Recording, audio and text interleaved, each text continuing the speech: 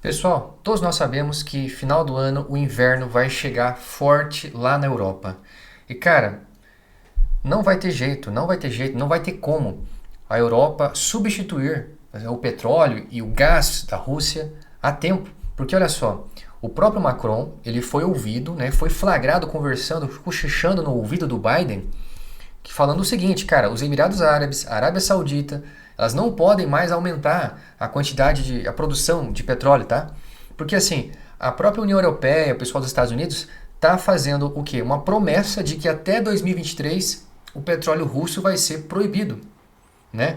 O Macron puxou o Biden de lado para um bate-papo durante a cúpula dos líderes do G7 lá na Alemanha. Pessoal, por favor, compartilhe esse vídeo o máximo que você puder, seu apoio é muito importante, beleza? E deixa um like. Muitos países europeus já estão fazendo propagandas antecipadas, certo? Para economizar energia, até mesmo economizar no banho, ok? E cara, lá não é igual ao Brasil, né, cara? Lá são temperaturas abaixo de zero, é neve, né? Grandes nevascas, né? Então assim, eu só espero que esse ano não seja, eles não peguem um inverno rigoroso, tá? Porque senão vão sofrer muito. Se as sanções continuarem contra a Rússia, cara, olha, eu acho que vai morrer gente, tá? Quando eu falo morrer gente, é na questão de frio, cara. Idosos, crianças, pessoas que dependem muito do gás da Rússia, tá bom? E olha só, salto nos preços do petróleo coloca a Europa em situação insustentável, diz Macron. Para o líder francês, produtores de petróleo têm uma imensa responsabilidade, já que o país depende em grande parte da commodity, né? Pessoal, recentemente o próprio Macron falou que gostaria que o Irã e a própria Venezuela fizessem novamente parte ali da venda do petróleo, certo? O próprio Macron falou que queria que acabasse com as sanções contra a Venezuela e contra o Irã para que a Europa e os próprios Estados Unidos pudessem voltar a comprar petróleo desses dois países, né?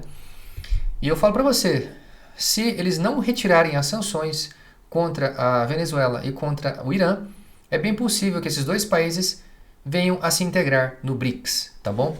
Olha só, Macron diz a Biden que Emirados Árabes Unidos e Arábia Saudita mal conseguem aumentar a produção de petróleo. Pessoal, não tem jeito, tá? Uma hora ou outra, esses caras eles vão ter que se enfrentar. Ou eles sentam e conversam, ou a União Europeia abaixa o rabo, né? Bota o rabo entre o meio das pernas e volta a comprar o gás da Rússia, etc e tal, ok? Acabar com as sanções, ok? Jogar o Zelensky para escanteio, ok? Ou vai acontecer o quê? Olha só isso aqui. OTAN deixará 300 mil soldados em alerta máximo após ameaça russa. Cara, eu já fiz um vídeo aqui alertando vocês. Como os líderes, né? São dois grupos, né? É o pessoal do BRICS agora que está batendo de frente com o pessoal do G7.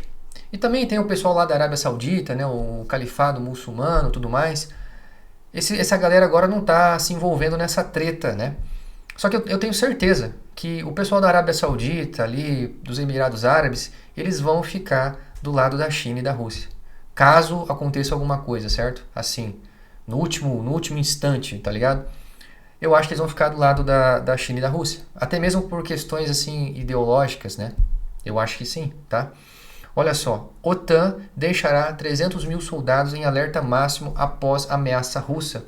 De acordo com o secretário-geral da Aliança, Jens Stoltenberg, o número de soldados em alerta máximo deve saltar de 40 mil para 300 mil nos próximos meses. Cara, a guerra vai acontecer, né? Que nem eu falo, a questão não é se vai acontecer ou não uma guerra, a questão é quando ela vai acontecer, infelizmente, tá? E o interessante é que a própria OTAN está rotulando a China como desafio sistêmico, ok? Em nova descrição de suas diretrizes políticas. As novas diretrizes versando sobre a China foram reveladas pela agência Bloomberg, citando fontes familiarizadas com o assunto. Pois é, pessoal, a OTAN está olhando a China não como uma adversária, né? Mas com uma certa preocupação, porque a China é um forte aliado da Rússia, igual eu já falei para você. A China, ela está comprando muito petróleo e gás da Rússia. Inclusive, as importações e exportações da Rússia não pararam, tá? Muita gente está falando que a Rússia ela está voltando aos níveis da União Soviética, mas não está não, cara. Não está não, tá bom? É óbvio que todos foram prejudicados, mas ainda não chegou ao ponto de chegar no nível da União Soviética, né? O comércio não está acabado, igual muitas pessoas estão falando aí. E pessoal, é o seguinte, hoje o pessoal do G7 está vendo que eles estão atrasados. Eles estão atrasados.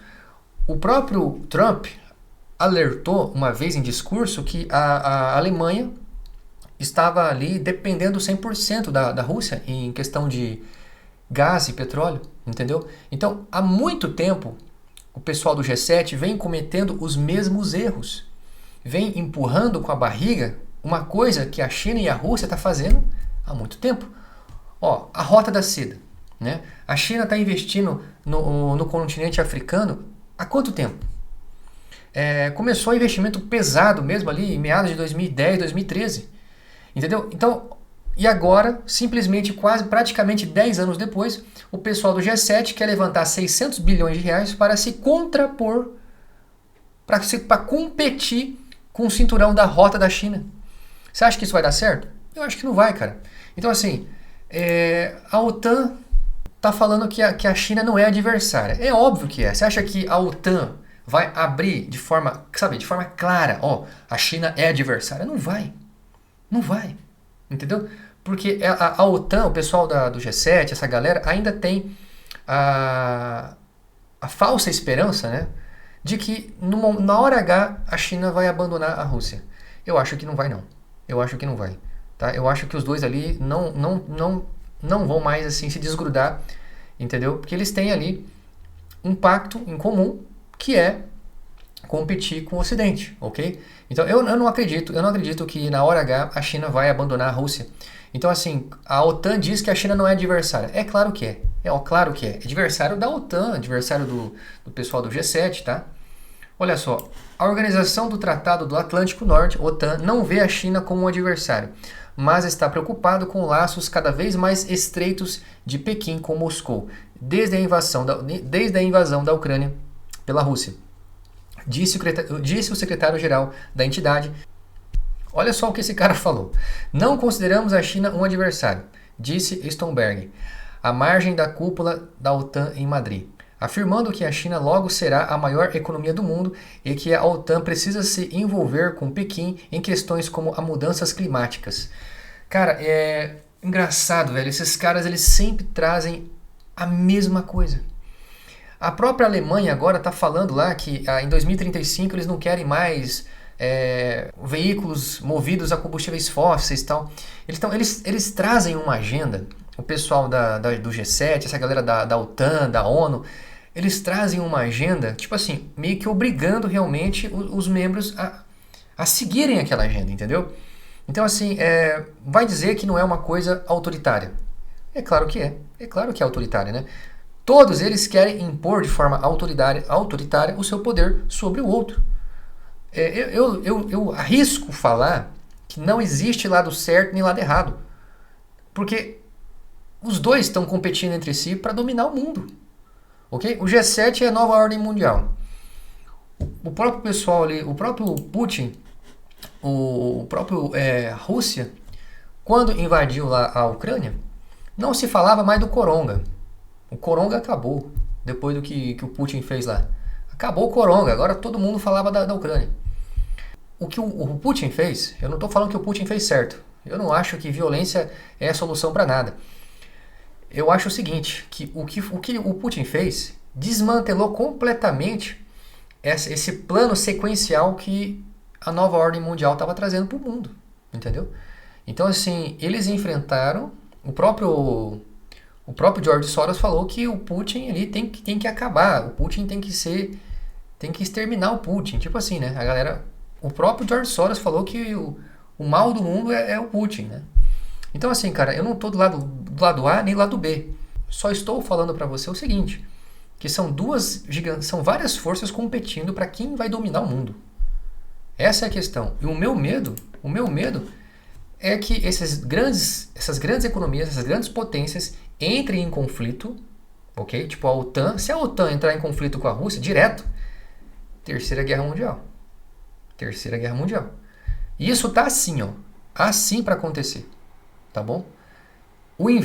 Esse inverno na Europa, a gente vai ver e vai ser decidido se vai ter guerra ou não. Esse inverno.